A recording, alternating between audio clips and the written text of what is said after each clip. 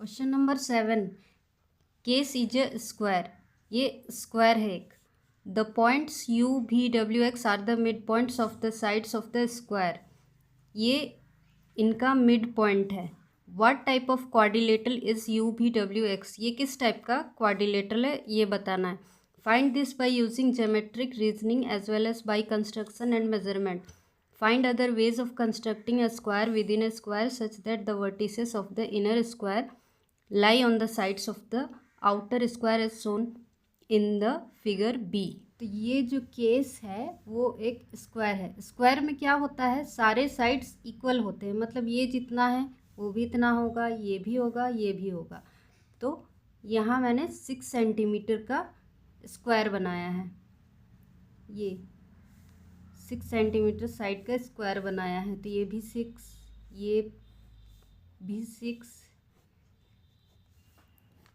अब क्या है, इसके मिड पॉइंट से ये अंदर एक दूसरा स्क्वायर बना है। तो यानी कि यहाँ से यहाँ 3 होगा, यहाँ से यहाँ 3 और यहाँ से यहाँ 3 सेंटीमीटर। इसमें भी वही होगा, यानी ये साइड और ये साइड इक्वल है। ऐसे सारे साइड्स इक्वल हो जाएंगे। इस साइन का मतलब है ये साइड्स इक्वल है। अब देखो, ये वाला ट्राइंगल सी यू भी और ये वाला ट्राइंगल यू ए एक्स, इन दोनों को सबसे पहले हमें कॉन्ग्रुएंट प्रूफ करना होगा। तो क्या लिखेंगे, इन ट्राइंगल सी यू भी and triangle you A x. बस 3 चीज़ ढूंढना है, क्या क्या सिमिलर है। ये 90 डिग्री और ये साइड इक्वल है, तो angle C is equal to angle A. और सी यू किसके बराबर है, सी यू यू ए के बराबर है। और सी भी ये वाली साइड इसके बराबर है। सी भी इक्वल टू ए एक्स।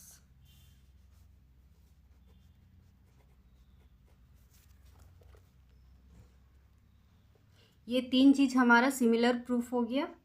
तो यहाँ लिख देंगे triangle U C V is congruent to U A x.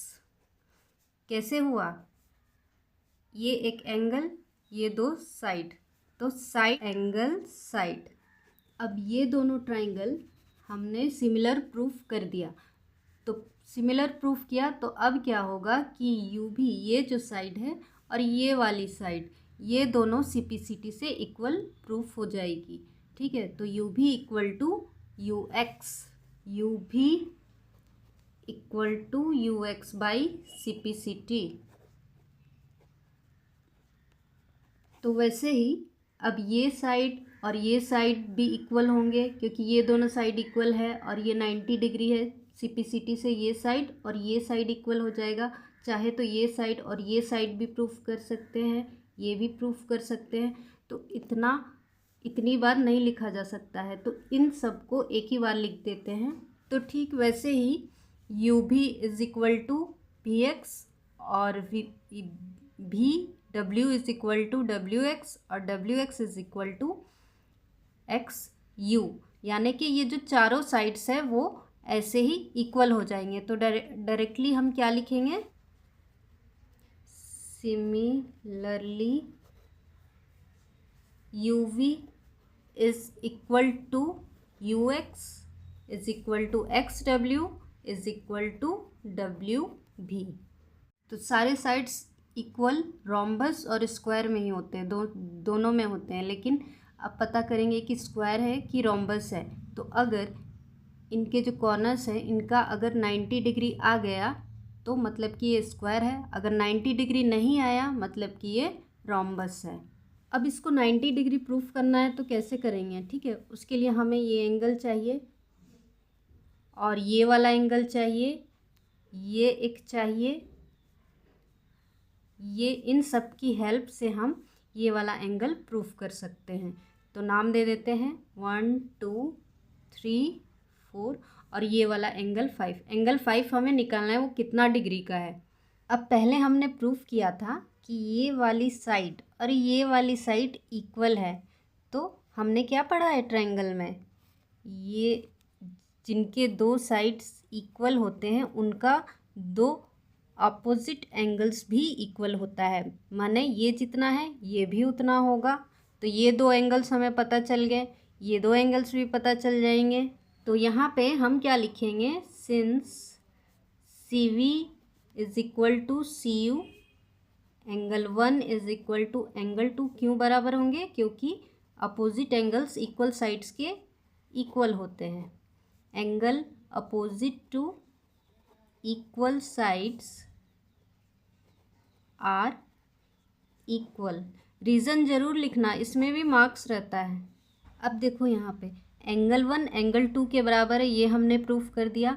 और एंगल सी 90 डिग्री है, तो ये जितना भी होगा ये भी तो उतना ही होगा, यानी कि ये भी 45 और ये भी 45। कैसे, क्योंकि हमने पढ़ा है किसी भी ट्रायंगल के तीनों एंगल्स का सम कितना होता है, 180। मतलब इन तीनों को ऐड करके 180 आना चाहिए। तो यहाँ पे हम लिखेंगे in triangle C U V, तीनों एंगल्स के नाम लिखो, angle C plus angle V plus angle U is equal to 180 degree. Angle C है हमारा 90 डिग्री और एंगल वी है एंगल 1 और एंगल यू है एंगल 2। अब एक चीज़ यहाँ पर ध्यान देना, एंगल 1 और एंगल 2 हमने यहाँ पर प्रूफ किया कि दोनों बराबर हैं। माने अगर ये 50 डिग्री है तो ये भी 50 होगा, ये 40 है तो ये भी 40 होगा। तो क्या मैं इसके बदले ये लिख सकती हूँ, एंगल 1 के बदले एंगल 2 भी तो लिख सकती हूँ, या फिर एंगल 2 के जगह एंगल 1 भी तो लिख सकती हूँ, कुछ भी लिख सकती हूँ। इसके जगह जहाँ भी एंगल 1 दिख रहा है वहाँ पर ये लिख सकती हूँ, या क्वेश्चन में जहाँ ये दिख रहा है उसके बदले ये लिख सकती हूँ, क्योंकि दोनों इक्वल है, बराबर है। तो एंगल 1 के जगह हम एंगल 2 भी लिख सकते हैं। क्यों, क्योंकि दोनों बराबर एंगल्स हैं। तो इसीलिए यहाँ पर एंगल 2 लिख दिया मैंने एंगल 1 की जगह, प्लस एंगल 2। अब ये हो जाएगा, क्या हो जाएगा, इनके आगे कुछ नहीं है मतलब 1 है, 1 प्लस 1 2, 2 एंगल 2। अब क्या करेंगे हम, 2 एंगल 2 180 90 डिग्री राइट साइड जाएगा तो माइनस में चला जाएगा, तो ये हो जाएगा 2 एंगल 2, इन दोनों को माइनस करके आएगा 90 डिग्री। अब 2 और एंगल 2 के बीच में मल्टीप्लाई का साइन है, और मल्टीप्लाई का उल्टा होता है डिवाइडेड बाई। तो ये 90 डिवाइडेड बाई 2, यानी कि जो एंगल 2 है हमारा वो आ गया 45 डिग्री। यहाँ हमने लिखा था एंगल 1 बराबर है किसके, एंगल 2 के। तो अगर एंगल 2 45 डिग्री है तो एंगल 1 भी कितना हो जाएगा, ये भी 45 डिग्री का हो जाएगा। ये 90 डिग्री, ये 45 डिग्री, ये 45, तीनों का सम 180। ये हमने प्रूफ कर दिया, यहाँ तक प्रूफ हो गया। बट हमें तो निकालना है एंगल 5, ये निकालना है। अब ये निकालेंगे एंगल 3 कितना होगा, तो बार बार यहाँ हम प्रूफ नहीं करेंगे, लिख देंगे सिमिलरली क्या हो जाएगा, angle 3 is equal to angle 4 is equal to 45 degree.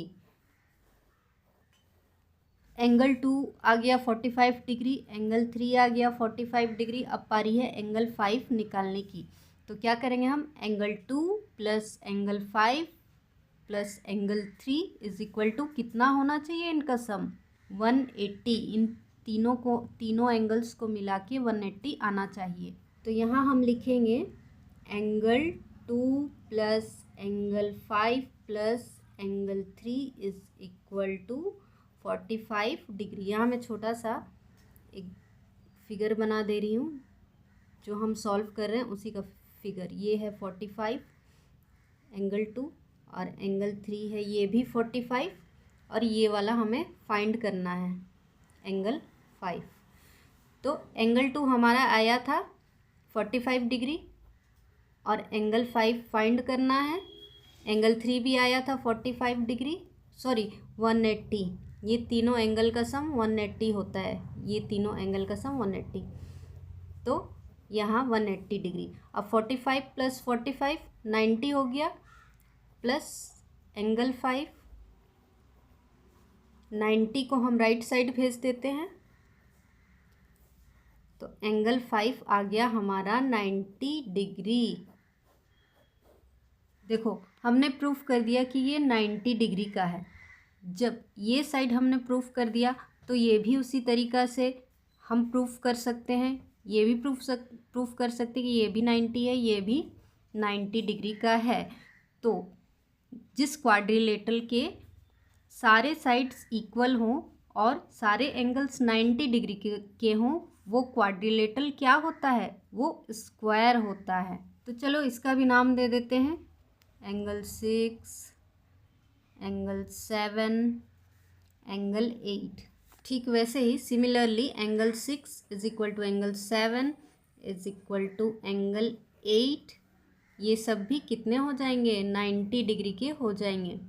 तो क्वेश्चन में हमसे पूछा गया था UVWX क्या है, कौन सा क्वाड्रिलेटरल है। तो एक एंगल तो हमने प्रूफ कर दिया था 90 डिग्री है, तो ज़रूरी नहीं है कि सारे एंगल्स प्रूफ करना। एक एंगल भी अगर 90 डिग्री है मतलब वो स्क्वायर है, तो लिख देंगे UV, ये आपका पहला part, UVWX is a square.